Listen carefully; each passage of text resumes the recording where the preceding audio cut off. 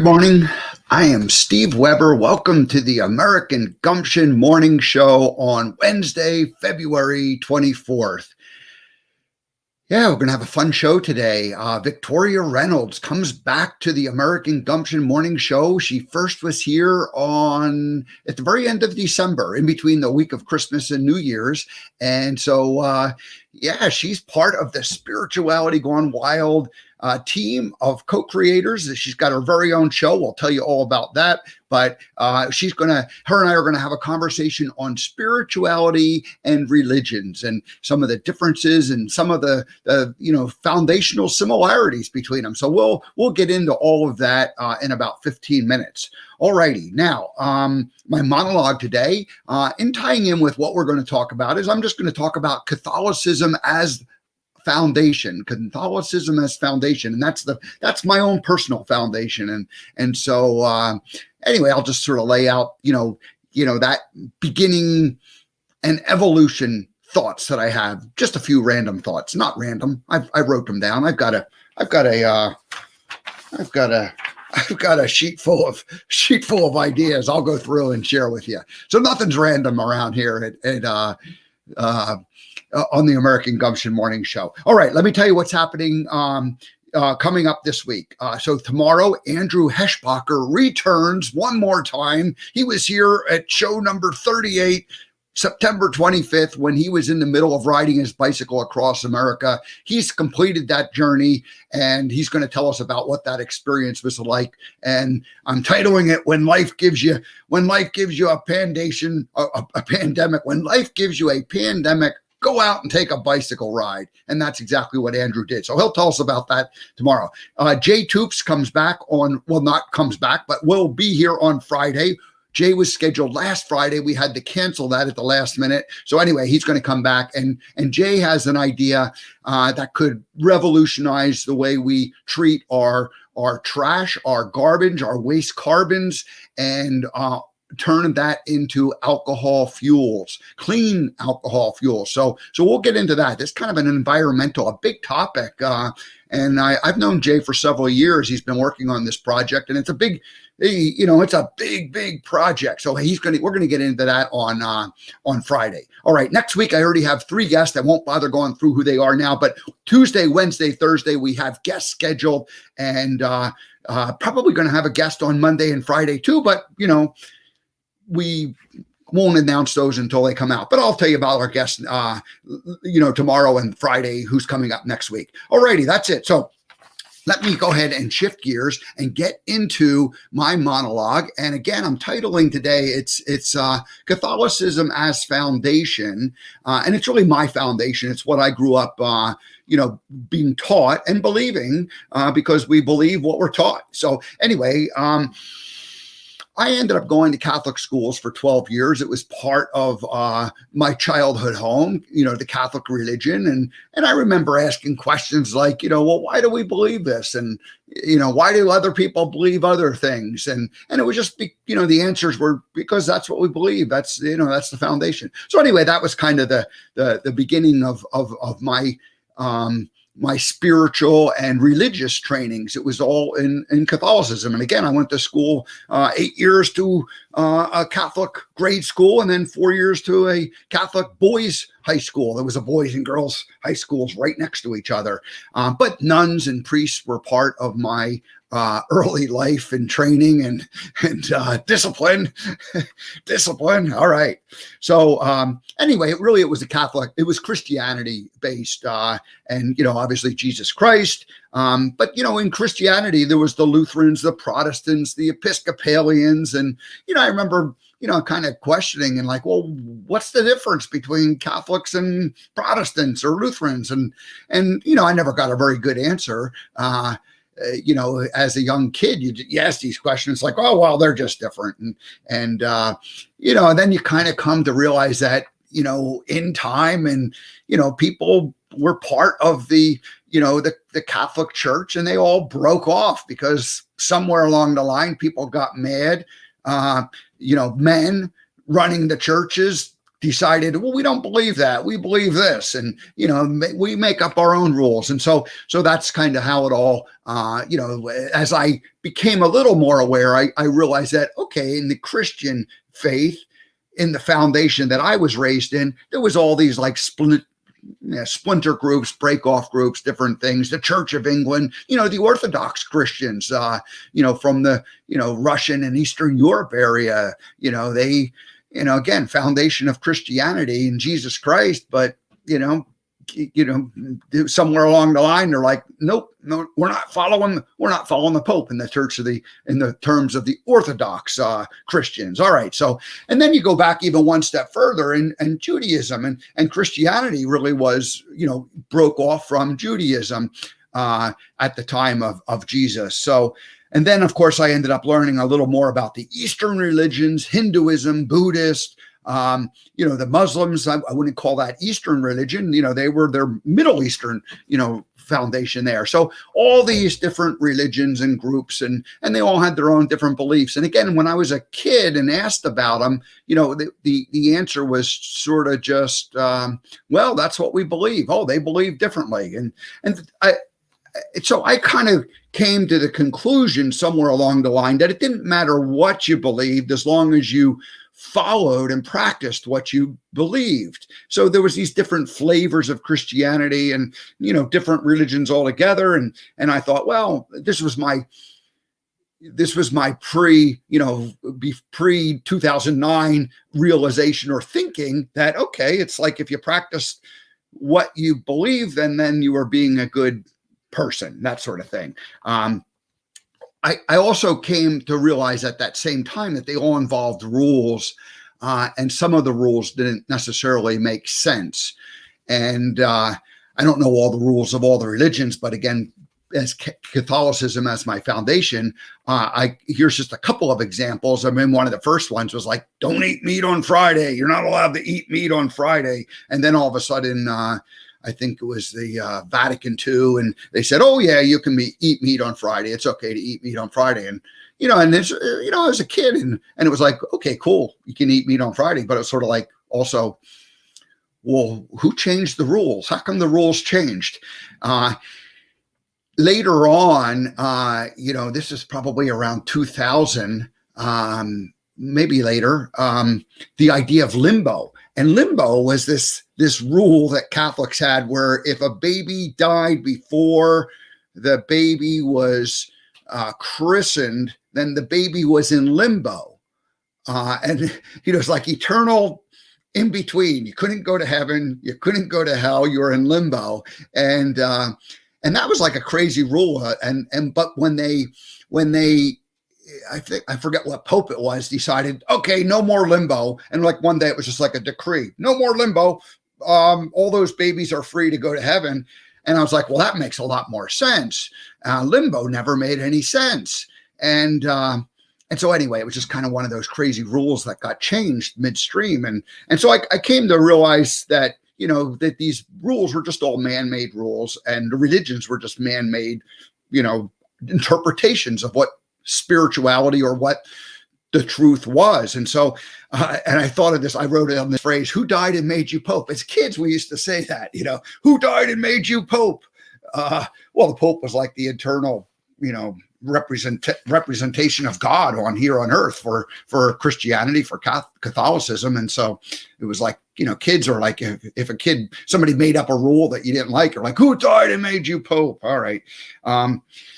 More recently, as my evolution, spiritual awakening and evolution of thinking has come around, the whole idea of incarnation, and this is real recent. This is only the last couple of years. And the Catholic interpretation of it is that when you were born, there was no such thing as incarnation. There were no previous lives. But we were taught to believe that you're an eternal being. So after you die, you go to heaven and you're eternally living then. But before you got here, there was no there was no life before that. It was just like poof, poof. You just were made, and I don't know. It just was crazy. So, but the incarnation was like, I was a long time coming around because I didn't have any memory. I still don't have any memory of past lives. And so, that was a hard one for me to come around to, but it never made sense that there was no, like that poof, you just got made here when you were born and then you were eternal, but you were not eternal before that. So that was kind of one of those crazy things. And then, the Catholic Church sex scandals, just the idea of covering up and not necessarily being open and honest about that whole thing, made me go, these are just a bunch of rules that people are making up and it don't make sense. So it's all human and man-made rules, very patriarchal, the Catholic Church, priests, men can be priests, but none, women can be nuns, but priests are at a higher level than nuns. It's crazy. So I guess I came to the conclusion that there had to be some kind of a higher truth. And I remember on, dating sites came around and, right around, I don't know, 2000 something. And, you could check the boxes of what you are, Catholic, Christian. And I remembered it was confusing for me because I had kind of moved away from specifically the Catholic Church. I considered myself Christian, but I didn't, they had all these boxes for like Protestant, Lutheran and blah, blah, blah. And then there was a box that said spiritual, not religious, And I started checking that box because that made more sense to me because I didn't feel like I was attached to specifically to a religion, but I certainly believed that there was some kind of higher power. And so anyway, that was that. So anyway, that's it for the monologue on Catholicism as foundation. That's today's monologue. I just wanted to kind of throw that out there for kind of as a prelude to what Victoria and I are going to get into. What we're going to talk about with her is her book, Free Your Spirit. But I just thought before, since it's my show, I get to say whatever I want during my monologue, and that was that. So anyway, that wraps up that. All righty, well, let's shift gears and let's get into our guest, Miss Victoria Reynolds. Welcome to the American Gumption Morning Show. Let's see, are you? Oh, there you. I'm not pushing the right buttons. I'm still. Oh, gosh. Hello there. How are you? I'm good. That monologue was great. I know more about the Catholic Church now than I think I ever knew before. Thank you for that. I really don't talk to people about their childhood religions because so much of what I teach streams in straight from source. And I trust that. So it's always fascinating to hear other people's takes on the way they grew up. Yeah. I didn't know that Catholics didn't believe in a pre-heaven. Right. No, there's no such thing as we were specifically. It's like you're not allowed to believe in, there's no past lives. So there is no reincarnation. It's just, or incarnation. It's just like, incarnation. That's what's fascinating because I grew up with the belief that we existed in a pre-existence and then got plopped here. And then every little mistake you make here as an imperfect human being, you get tormented for the rest of eternity. So, boy, talk about rules. To get it right. That's it. So yeah. So anyway, good. Well, I just thought that was a fun, not fun, but like necessary, thing for me to purge out and just sort of talk about it because there was things that just didn't make sense, but you weren't allowed to question them. And I know your story and let me read the bio. We're not going to play the first time guest song because we did that the very first time you came here, but let me just kind of reread your bio and say who you are. And then we'll launch into Free Your Spirit. How's that sound? Sounds good. All righty. So Victoria Reynolds is a spiritual luminary, oracle of freedom, ascension activator, story healer, and author. Victoria does what she does because she must. It is her calling and purpose to be a voice of freedom and share her light so that others may see the light within themselves. Victoria was born into a polygamous cult. She was one of 16 plus children. She ran away at age 17. The financial crisis of 2008 was her midlife crisis. Today, she lovingly calls this her midlife rebirth. Love that, midlife rebirth. It activated Victoria's higher purpose and up-leveled her spiritual gifts. Victoria is most proud of the work she's done on herself to find and become who she is today as a voice for spiritual freedom and infinite love. By processing her own suffering, it has allowed her to be the light she is and to assist others in finding their own freedom. And this is very important, Victoria is one of the newest co-creators here on the Spirituality Gone Wild network with her own show, Fearless and Free, live on Friday afternoons, 12 noon Pacific, 3 p.m. Eastern time. So Victoria Reynolds, welcome back to the American Gumption Morning Show, and welcome to the Spirituality Gone Wild channel. So honored to have you back. Yeah, I'm excited. You guys are pulling me out of my comfort zone. I've been doing pre-recorded shows off and on for years, and doing the live show has been very intimidating. So I did my first one last week and botched it a bit, but it was fun, really fun, and another stretching experience for me. Well, you did great. I listened in and I thought you did a good job. And I think I might have shared with you that some of the mistakes that we make in terms of just process mistakes, in terms of like getting, some of them like I did 60 shows before I figured out some of these things. So, it just takes time and practice, and there is no right or wrong. It's just all the journey and the experience. So welcome. You're going to do great. Thank you. Yeah, I'm excited. All right. Well, hey, let me share my screen and just show what we have here with the books that you got, because you've got a couple different books, and we'll just tell people briefly what they are. So the first one is Free Your Spirit. It's actually not your first book, but it's the book we're going to talk about today. It's the first one I wanted to put up there. Okay. And this is really we'll tell people what this book's about. This book is it's primarily for people who have chosen to leave religion and are on a spiritual path, or trying to figure out what their spiritual path is, and helping them to not feel guilty about the choices that they've made. Because once we choose to leave our religious beliefs behind, there's a lot of shame and guilt that can be associated with that.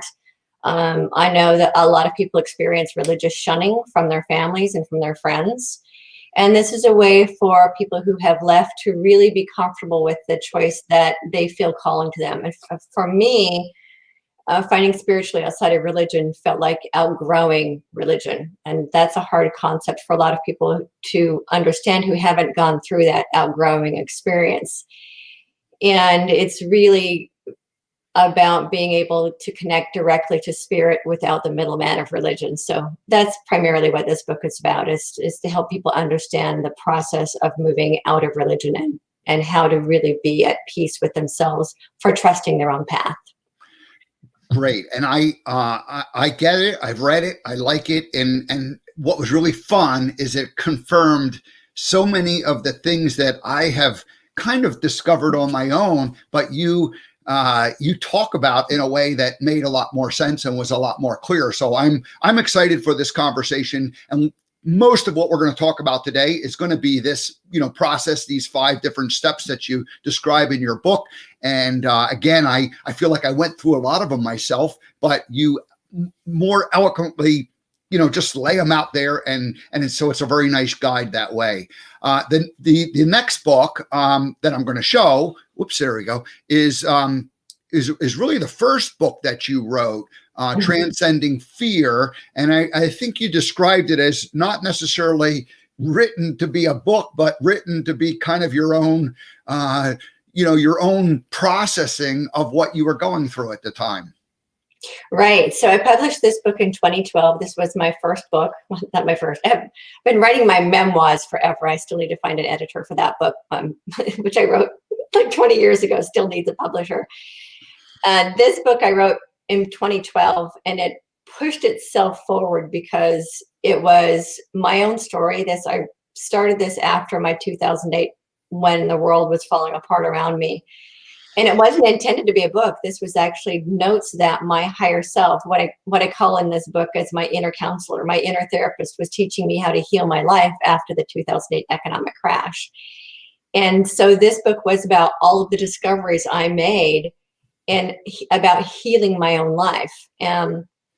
So at the time I had basically lost everything after that economic crash, and I was in the middle of a bankruptcy and a foreclosure, and my kids had both been diagnosed with learning disorders, and my marriage was on the rocks, and I was at the bottom of the pit. And I kept hearing about the law of attraction. And so I I wanted to figure out, my whole thing was, I need to figure out how to make money, because I had no income stream at all. And we were ready. Literally, we had one paid for automobile and we were preparing to be living in the car. And so I started asking myself, how do I make money? How do I make this law of attraction work for me? So that's where the book starts, is discovering that the place to begin is with gratitude. And I started down this whole entire path of how to heal my life, and all these beliefs from my childhood started coming up, because I started to realize the reason had never felt as successful as I wanted to was because these childhood beliefs were still subconsciously running the show. It was about these childhood beliefs coming up and how to resolve them and how to look at my life from a different perspective. It wasn't a spiritual book. It never was intended to be that process. This was just like writing in notebooks what my higher self, what my inner therapist was teaching me. And when I had all these notebooks, I started writing them in the computer, and I discovered that they evolved into a pattern, and it ended up being 7 principles. There's a 7th principle that isn't in there that I can give people. I'm doing a 10-year anniversary edition of this book. It's currently in the publishing process, because a lot has changed in the last 10 years. So I added 1 more principle to it. But this was all about me ultimately, what I discovered is about me reconnecting to myself and my own inner truth and who I really am, rather than the beliefs that were placed upon me as a child. And so it was this process of moving out of fear and desperation and transcending that to a place of finding peace within myself. The last book that we have here is a free download, and it's just called Rise Up, and it's really a kind of a guide. And I know you just wrote it in the last year or so, but it's really kind of a guide for what's happening in the world today, in terms of all of the changes that are going on. At least that's my interpretation. Mm-hmm. How do you describe Rise Up? Yeah, that's exactly what it is. It's about what's happening on the planet right now. We're in the middle of shifting from the old world to new Earth. This is a time that's been predicted for thousands of years, and we're actually in it, which is very exciting. So for people who don't understand what it is, this is a very frightening and terrifying time. For those of us that understand that this is our collective up-leveling, our collective ascension, it's a very exciting time to be alive. And this book, I have an entire chapter that's dedicated specifically to understanding terminology of what's happening right now. And it's really intended to be a bridge for people who are religious, trying to understand a lot of the terminology, and people who are spiritual, trying to understand terminology. Because one of the things that the darkness on our planet does everything it can to keep us divided, and what this really, the intention of this book is to unify all of us so that we understand each other's perspectives and move together in unity toward the same result, which is the ascension of humanity. And you can go to Victoria's website, victoriareynolds.com, to claim a copy of that. So anyway, go ahead and help yourself to that. And I found it very useful. I knew a lot of the terms, and they aligned with my own thinking about them. But then there were quite a few that you defined that I hadn't necessarily thought of or hadn't ever bothered to define. So anyway, it's a great resource. So thank you so much. And I want to say, as we shift into the conversation about Free Your Spirit, that there's a selfish motivation for me having this conversation, because I felt like I didn't have a good way of describing what spirituality really was for me, as opposed to what it had been when I was, thinking of myself more in a religious, my spiritual or my beliefs and, connected to religion. And people have occasionally said things like, well, what's this spirituality gone wild? Is it some kind of a religion? And I didn't have the right or the good answer for that. I knew it wasn't. Like, I knew in my heart that it wasn't. So anyway, we'll just try to unpack some of this conversation. And if we use Free Your Spirit as kind of the guide to go through it, maybe it'll help others too, and it'll certainly be helpful to me. So how's that sound? Sounds great. All right. So you say in the book, you don't have them as chapters. You have them as steps. And basically it's just a very short introduction. It just sort of lays the foundation, but then each of these, we'll call them chapters or steps, kind of go through a different process. So if it's okay, we'll just kind of go through each of the steps. Does that sound like a reasonable thing for us to do? Or do you want to make kind of an opening statement about it? Maybe I should give you that opportunity in terms of. No, let's go ahead and just go into your questions. All righty. Well, so the first step is, or first chapter is understanding spiritual freedom. And I think what you're talking about at the heart of it is freedom from fear. So probably fear is where we really need to start, like define fear and how, certainly the religion you grew up in, the religion I grew up in, there was fear-based pieces of that. So go ahead and unpack that a little bit for us. Well, fear is interesting, and it's in all of our religiosities. Ultimately, at the core of every religion are spiritual concepts, and the core spiritual concepts are all based in love. The reason for this whole human experience is to experience love in our bodies. We are the embodiment of love, and fear is a controller. So fear allows us to experience the contrast of light and dark, which we agreed to collectively as humanity, many thousands of years ago. That's what the parable of the Garden of Eden is about us agreeing to experience the contrast of light and dark. It gives our souls opportunity to learn. If we do believe that we existed in heaven before we came to earth, heaven is pure bliss, and we wanted to experience and grow as souls. So we agreed to experience the contrast of light and dark and the contrast of love and fear. But fear was never meant to be a great controller of what it has become. It was merely meant to be a medium for growth. And unfortunately, what's happened is that fear has become a means of control, and which is why it exists in all of our religiosities. One of my favorite acronyms for is false evidence appearing real. So we get our minds all wrapped up in what we think there is to be afraid of, when really there really isn't. We're not being chased by lions anymore. We don't have that need for self-preservation, which is what fear really is. It's intended to be a tool for self-preservation. It works with the ego to preserve the species and to preserve our families and to preserve our own lives. But it's been taken and used as a tool for controlling humanity. I use it as an acronym for face everything and rise, because once we understand that fear is a process that we can learn through and that we can rise above. Ultimately, we're all trying to rise into this consciousness that's based entirely in love. We're moving into a reality that's based entirely in love.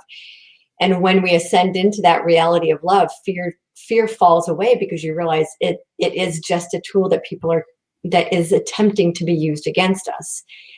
And that it really isn't as real as we are being told that it is. What's fascinating is how we're told to fear God, that God is love. There's really nothing to fear. That's all been written into religiosities to try to control us, way back when the religions were created. One of the the ideas that I talked about was, initially I didn't have this belief that I had the opposite belief. I didn't have the belief that we were a soul, spirit, energy prior to coming to this time and space, this lifetime. So the idea that we were pure love and everything was bliss, right? The eternal. And then we make a choice to come back so that we can contrast that light and the dark and experience it so that the soul can grow and, have new experiences. And that's what, the life on earth in this lifetime is all about. Mm-hmm. So once you so it's only been a few years since I came to this, like, oh my gosh, is this even possible? When you start to think of it that way, then you're looking at everything like through a different lens. And mm-hmm. then that's when you can see that lens of like, fear, because, what you're saying with the religions is that, like, you call them like kind of middlemen and like boxes that we get put into and labels. And I even mentioned it, like, you have to check a box, like, mm-hmm. for different, you identify it, and, it just kind of restricts everything. So maybe expand a little bit more on some of those ideas. Yeah, it was funny. I had made the correlation with the checking the box when you were saying that you did that. I started laughing. I was like, oh my gosh, there's the box analogy right there. So religions are boxes. For me, it's kind of like their delivery systems. So you can choose, how you're going to get to source, get to God, and which box you're being delivered in. And a lot of us are just saying, you know what, I just want to throw away the box. I don't like boxes unless they have pretty bows and packages and something yummy inside, because they're so restricting. And some people need those boxes because it gives them a sense of security. Yeah. And one of the things you said about the boxes is it kind of forces you to attempt to believe in something that doesn't resonate. Talk about, like, the idea that we have this underlying inner knowing of energy that resonates or vibrates, like, in a good way or in a not so good way. And so, when we put ourselves into a box, that's where, things don't resonate. Yeah, and they can feel very uncomfortable. A lot of this is human beings learning how to decipher what is best for them. I don't do right and wrong because it's always about what's best. What is best for every person, and it's about each of us learning how to feel what is best for each of us. And we can tell when we're in a space that's not best for us because it becomes very uncomfortable. It becomes spiritually stifling. So, but I don't think a lot of people are actually taught how to feel what that feels like and ask themselves, does this feel best for me? It just feels uncomfortable, but we don't even know why. And we start to question it, and then we get shut down for questioning because our questions make other people uncomfortable. Yeah. Yeah. I talked about in my monologue, asking questions, right? You're just a kid, you're like, you just ask a question, and you didn't really, it wasn't like my parents or teachers were, they just didn't know the answers to the questions. They did not know the answers to the questions. And so the answer to the question became, well, just because you have to believe that and take it with faith, or, it's just what we believe. And there was no answer. And so then you're like, okay, you realize that you're not going to get an answer, but you were kind of left like wondering. Right. And as children, we start to recognize that dichotomy of, but I don't understand this. If this is this way, I don't understand why. And they couldn't answer that. And I don't know if the adults in our lives had those same questions. I don't know if this is something that I think, although it is, because what we have is what I call the evolution of belief. So every younger generation questions the beliefs of the generation before that. Mm-hmm. It is part of the human experience. Human beings are curious creatures. We want to know why. And because we're always questioning why, that is what causes us to collectively evolve and not be stagnant. We came here to planet Earth specifically to learn and to evolve and to grow. And so to not allow children to question actually prevents our own collective evolution. But it also creates so much discomfort in the adults in our lives because they don't know the answers to the questions and they're just believing what they've always been told to believe. The last two comments I'm going to make about step number one, or the first part, understanding spiritual freedom, is the idea of remembering or re-becoming, and then concluding by saying it's just what you just picking up on what you just said: continual growth, introspection, self-awareness, and personal evolution. It's just a kind of a constant thing. So this journey of spiritual awakening is a continuous, continual growth, introspection, self-awareness, personal evolution, but it's also like that remembering and re-becoming, how we were when we came here. Mm-hmm. Really, because we come in as love in a body. We come in as pure bliss. So when babies, you see them, they're just laughing and they're bubbling. It's because they're still in that state of bliss. They haven't learned fear yet. Yeah. Very good. All right. Anything last on understanding spiritual freedom, or we'll move on to know the truth about truth? Let's go ahead and move on. So I love the very first thing I have here, and this has been so true in my own life. Science, here's what I'm saying. Science grasps spirit better than religion does. So I have been a fan of Dr. Joe Dispenza, his teachings. He is really at the forefront of using science to explain some of this energy that surrounds, we call it spirit, we call it God, we call it whatever we want to call it. But he's the guy who is reconnecting science to the spiritual world. Yeah, I love that science. So for me, it goes back to like Einstein, where he was probably even beyond. If you go all the way back to Da Vinci, they innately understood that spirituality and religion are separate. So I see like a triangle of spirituality, religion, and science. It's this triangle, and religion and science have kind of gone like enemies, but they're really not. But science causes religion to evolve. And the people who have created religion, or not the people who have created religion, but religions themselves are self-propagating entities. They're organisms in a sense. They need to continually live as well. Well, science forces religion to evolve, and that makes controllers of religion very uncomfortable because they have to keep changing the rules. As we know, the rules of religion have to keep changing to keep up with the evolution that's happening with humanity. And so that's why there's always been this animosity between religion and science. But they both are interconnected with spirituality. And when we understand that religion and science aren't actually enemies, that both of them are attempting to explain spirit, then they can actually work together hand in hand, and it doesn't have to be an animosity thing. So spirit for me is synonymous with energy.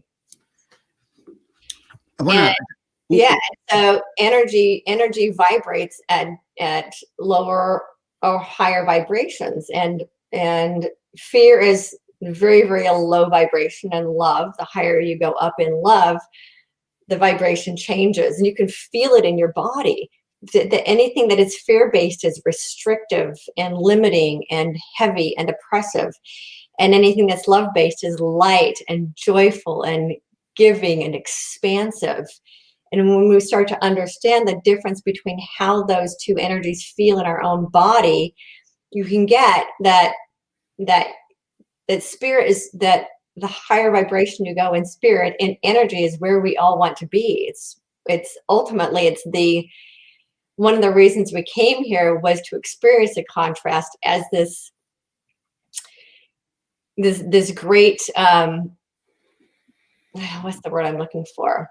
Can I find the light in the darkness? Can I find the love within the fear?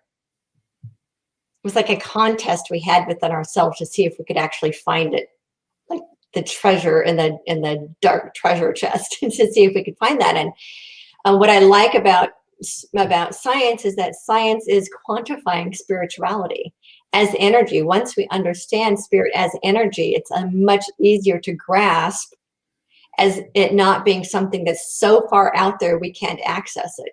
Because religion teaches us that God is out there and we can't get to God unless we go through the box of rules that our religions have created for us. Science helps us break out of all those rules and go direct to spirit. So we don't have to have those boxes and those rules anymore, because it's spirit. It's everywhere present. It's inside every single one of us. It's in everything. Yeah, I think the whole idea of energy is such an important realization. And I remember in my early 20s reading a book on about Einstein, and it was kind of a technical thing, and I didn't quite understand it. But just the whole at that point in my life, the simplicity of the E equals mc squared, energy equals matter times the speed of light squared. I mean, it was just like, it's kind of like it blew my mind. And it's like, how could something, solid be really broken down to nothing but energy? And so anyway, of course, now science has gone on to prove all this and show that, it's exactly the truth. So what happened, I don't know, back, in times where religions and science got separated. And so now you're seeing them be reemerged. And the church was like anything to do with spirit belongs to the church, and anything to do with science belongs. And even scientists today, there are certain people, I've done a lot of research in the physics area, and there's people who somebody said, oh my gosh, they said somebody was a channeler, and they discounted what the person said because they were a channeler. And here they were trying to prove the whole energy concept, and it was just like, it's like kind of like missing the point. Anyway, it's complicated, but we're trying to unpack it. We're just trying to come up with answers and make this all work. So back to that, know the truth about truth. Science grasps spirit better than religions. Absolutely. Talk about personal truths versus universal truths. But before you do that, let me just acknowledge we have Chanel listening in this morning. Thank you, Chanel. Bettina has joins us oftentimes, but she says love, faith, everything, and rise. And she also talked about left a comment about her own Catholic upbringing. So yeah, this is I think this is a topic that's ripe with a lot of curiosity and people going, hey, we need a better way of thinking about this, because we know a lot more today than we did 30, 40 years ago. That's for sure. Mm-hmm. So personal truth and universal truths. So universal truths are things like faith, hope, hope in all things. Universal truths are also part of the universal laws, such as cause and effect. That is a universal principle. The law of attraction, if you will, that who we are being attracts into our lives more, that match who we are going through life as, that we get what we focus on. Those are universal truths. That one universal truth is that is love is all that is. That is the universal truth. Once we start to really understand what love is, and that God is the energy of love itself, that God actually is love, then these universal truths, the spiritual truths that we're taught in our religiosity, start to make more sense, because they are universal truths. Peace is within. That's a universal truth. That every one of us is the light within. That is the universal truth. All of our religions teach that. It's just difficult to grasp what the inner light actually is. It's actually our heart's light that aligns directly with the light of source. So those are universal truths. Personal truths are truths that our soul has learned throughout its journey through the cosmos, as I call it. So when we tune in and we can ask our higher selves to teach us, why am I experiencing this in my life? Our own soul can teach us, this is why you're experiencing this particular experience. And our own personal truths are who we are, why we're experiencing life, how to experience the people in our lives, and how to experience ourselves. So the best way to tell the truth from deception, again, is how it feels. Because the truth is always 100% loving. The truth, the greater truth, the universal truth, and our own personal truth will never cause us to feel anything other than love about ourselves. So many of us were raised with this beliefs that make us feel less than loving about ourselves, self-loathing, guilt, shame, all that stuff. Well, guilt is a little bit different. Guilt is kind of our universe, our inner truth trying to get our attention and saying, hey, you might want to take a look at how you're resonating with this particular thing, because it is really trying to get our attention to take another look at our life experiences differently. But anything that causes us to feel small, belittled, shameful, less than, those are actually infiltrations of fear. Anything that causes us to feel small, anything that causes us to feel hate toward another human being or toward ourselves, all of those fear-based energies, that's an infiltration. It's fear. It's not love. It's not truth. It's actually, fear is the deception. So if we take it back to religion, that's when we're saying that the devil is trying to tempt me. That's what that is. It's the darkness that is trying to draw us into deception so that we don't see the greatness and the light and the love that we actually are. The love, the truth of spirit will always be loving. Our truth will always say, you got this. You can do this. You were born for greatness. And will always want us to see the entire experience through the eyes of love. That's the truth, our own individual truth. I will I'll give the last word on step number 2, and this is actually just repeating your words from the book, but it says, trust your own truth, choose love over fear. Trust your own truth, choose love over fear. And that's really, that's just a good way of recognizing how we can know whether our own truth is actually what we're in alignment. Are we feeling good about it, or are we not feeling good about it? So are we fearful about it, or are we loving about it? So very good. Well, good. Let's to keep this going. Number 3, chapter 3, or step 3 is question everything. And I know that you say it's your favorite mantra, and let me just sort of throw out all of my notes I have on the chapter, and then I'll let you go whatever direction you want. But you say we're in the information age, but we're really going into the age of discernment, because information is so overwhelming at this point that discernment is the next step in how to deal with all that information. So we need to dig deeper, develop our own understanding, connect to our higher truth, make sense of this bombardment of different perspectives, and you kind of, the last thing is just fear disguised as love, as humanity's downfall. So I threw it all out there.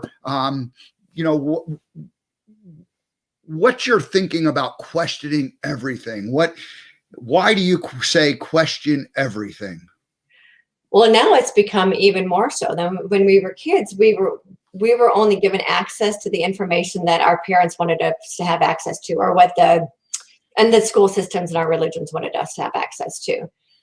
But we exist on this planet specifically for the purpose of evolution, of our soul's evolution. And that if we don't question what is being presented, we don't actually grow. We stay stagnant within what was. And so questioning causes us individually to grow, and it causes the collective to grow.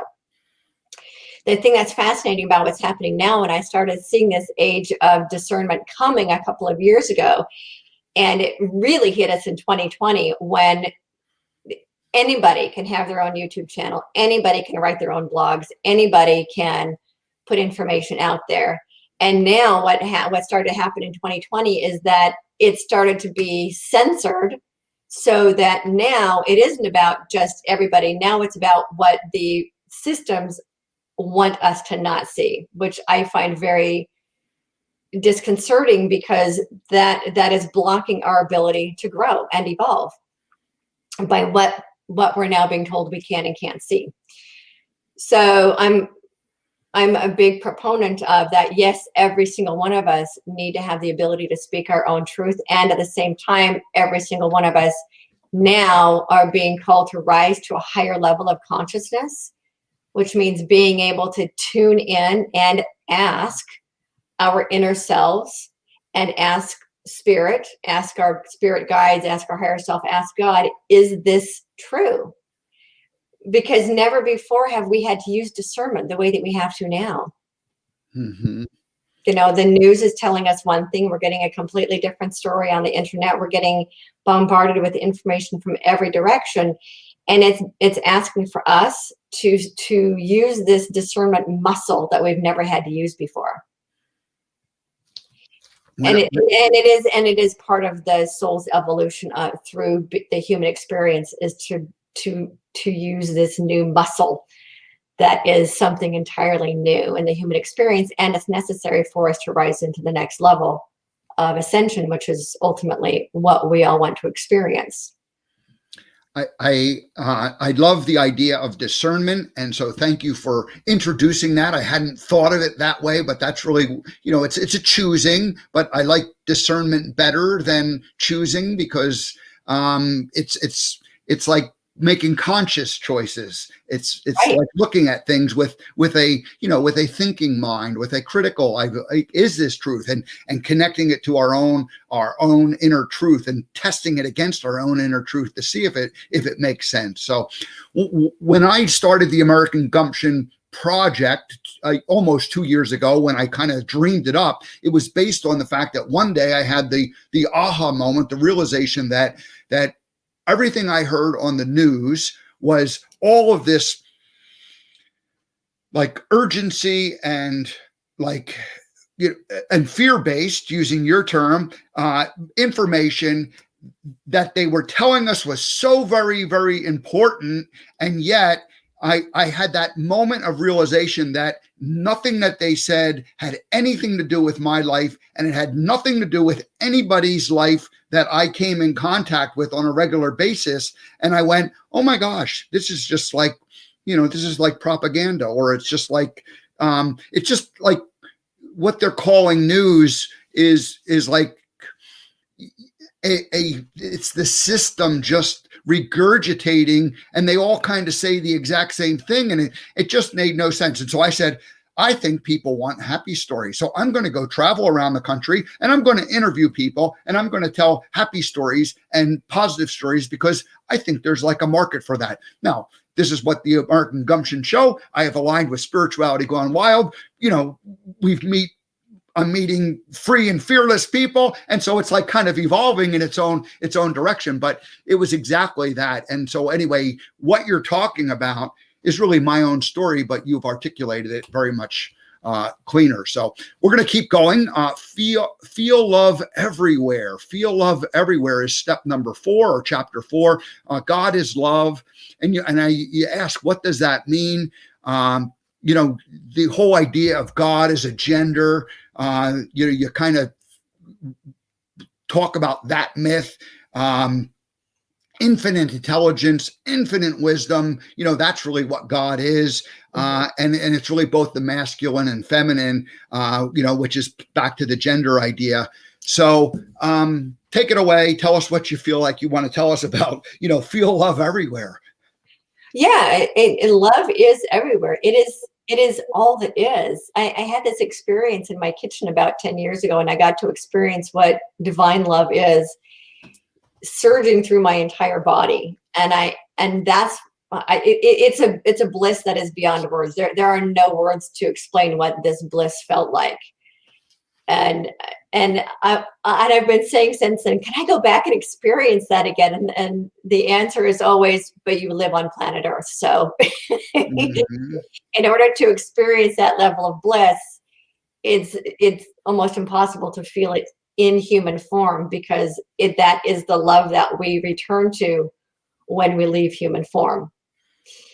And that is the love that everything is made of. It's the glue that binds everything together. It's the trees and the air and our bodies and the machines that we build. It is everything. And so for us to think that we're separate from it, once we understand that love is everything, not just that it's in everything, but it actually is everything, then we understand that we've never been separate from it. And we never can be separate from it. It's impossible to be separate from it, because it's the very stuff that we're made of. And that what happens is that the love that we feel from other people is actually the love within ourselves that's being reverberated back to us. When we hear the song of a songbird and we feel love, it's actually the love that's inside of us that's being activated. Not and that song that's bringing up the love inside of us, that's causing the love within us to expand. So there's that, and that love does not have a gender. So even when I use the term masculine and feminine, that's not gender. Those are words that we use to explain energies and aspects that exist within every single one of us. So we might use the term man and woman as gender. Love is not man or woman. It is all of the aspects of everything we have labeled as masculine and feminine. Those are just labels that we use, where one of the things within the masculine, within the feminine label is nurturing. One of the labels that we use within the masculine labeling is action. So it isn't that there is an either or. It is that all that is, the I am that I am, is all of that. Mm-hmm. And we are all of that. Thank you. Be free to trust. And you talk about self-trust being the most difficult thing. And boy, I can attest to that. Learning to trust myself has been the biggest challenge, or certainly one of the biggest challenges. But it's such an important foundational challenge for finding that pure love and unconditional love, throughout the world. So I think we'll wrap up with just like the idea of self-trust. If you can learn to trust yourself as opposed to the external things that we were told that we should trust, that's really where it comes down to as the starting point, or the part that breaks you free. Let's leave it at that, or put it that way. Yeah, self-trust is really, really difficult, because we're taught from the time we're a child to trust everyone and everything outside of ourselves. Trust the government to take care of us. That's actually really funny. Now, knowing what I know about how our systems are set up, we're taught to trust our parents, to trust our religious leaders, to trust the pyramidal structures, the patriarchies, trust everything, but not to trust ourselves. And what's really important for people to grasp is that when we trust ourselves, when we put faith and trust in ourselves, we are actually trusting source. Mm-hmm. Because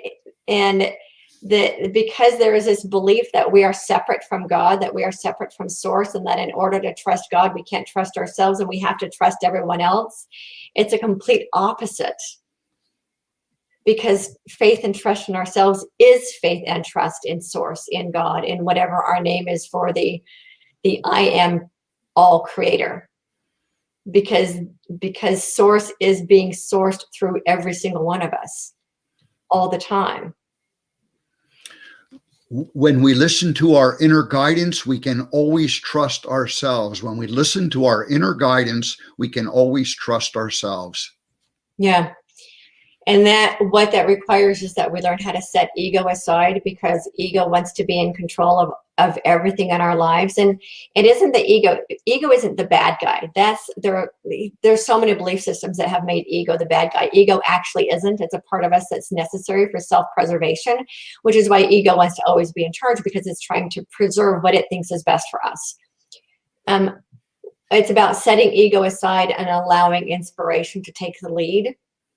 And that in itself requires trust that my inner truth, where I am connected with spirit, is what is best. And ultimately, our inner truth, our inner guide that is always being directed by source, always knows what is best.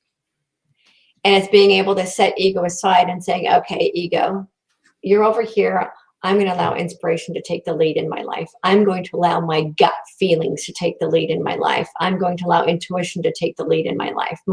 Because every single one of us, because we have a direct connection to source, has the truth inside of each of us, our own inner guidance system. We're born with it. It actually is our soul communicating with us. So we have to learn how to ask ego to set aside and allow our own soul, our higher selves, our inner truth to be the guide in our lives. Victoria, we bit off a big chunk this morning. You know, I love this conversation, and I want to say thank you for you know, helping to at least start it with me and our listeners, because this is there were many truths that I was taught that I've come to realize that they weren't things that were my own truths. They were taught to me, and I just grew up accepting them and believing them. And as I evolved and as I grew, and I started looking at them and going, well, do I really believe that?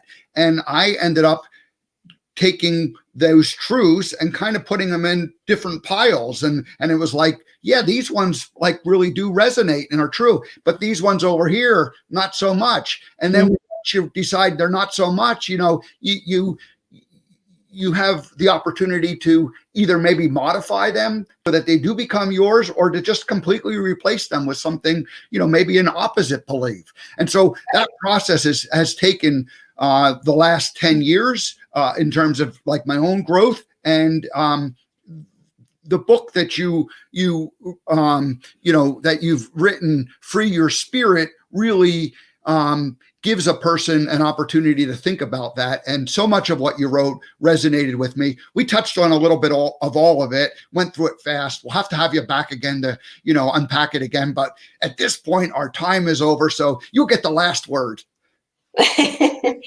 Well, it really is about letting people understand that it really is okay to outgrow your hand-me-downs. I call them hand-me-down beliefs. And just because that's what our ancestors believed, because they were handed down to them as well, doesn't necessarily mean that we have to believe them. We're rising up into a whole new level of consciousness on our planet. And in order to rise up into that new level of consciousness, we need to be able to question where those beliefs came from and if they resonate with us, because what people believed 5,000 years ago might not apply to this new reality that we're moving into. We are creating an entirely new earth. And those old world beliefs don't apply to this new earth that we're creating. We have the opportunity to just drop the hand-me-downs and let them go. Right. We have the opportunity to discern, as you said. Yeah. So very good. Well, thank you so much, Victoria. This is fun. We'll continue it. You'll be back again sometime.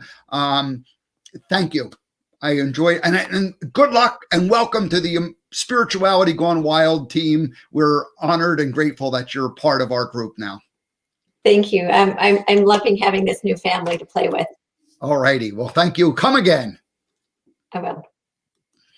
Well, thank you, Victoria. That was really, just really like the opening salvo in terms of like, what is a spiritual life mean today in 2021 and going forward? Because so much has changed in the last, 10 years.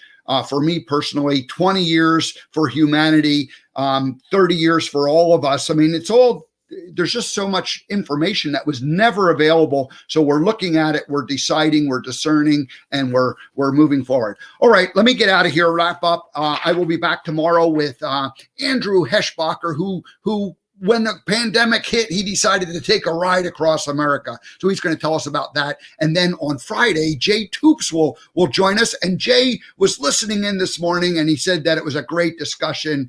Thank you, Jay, for listening. We will see you on Friday, and we'll talk about your vision for getting rid of our carbon waste and turning it into alcohol fuels and alcohol specialty chemicals, which could be a solution to our energy needs that we have. All righty, that's it, everybody. We'll see you tomorrow. Have a great day, everybody.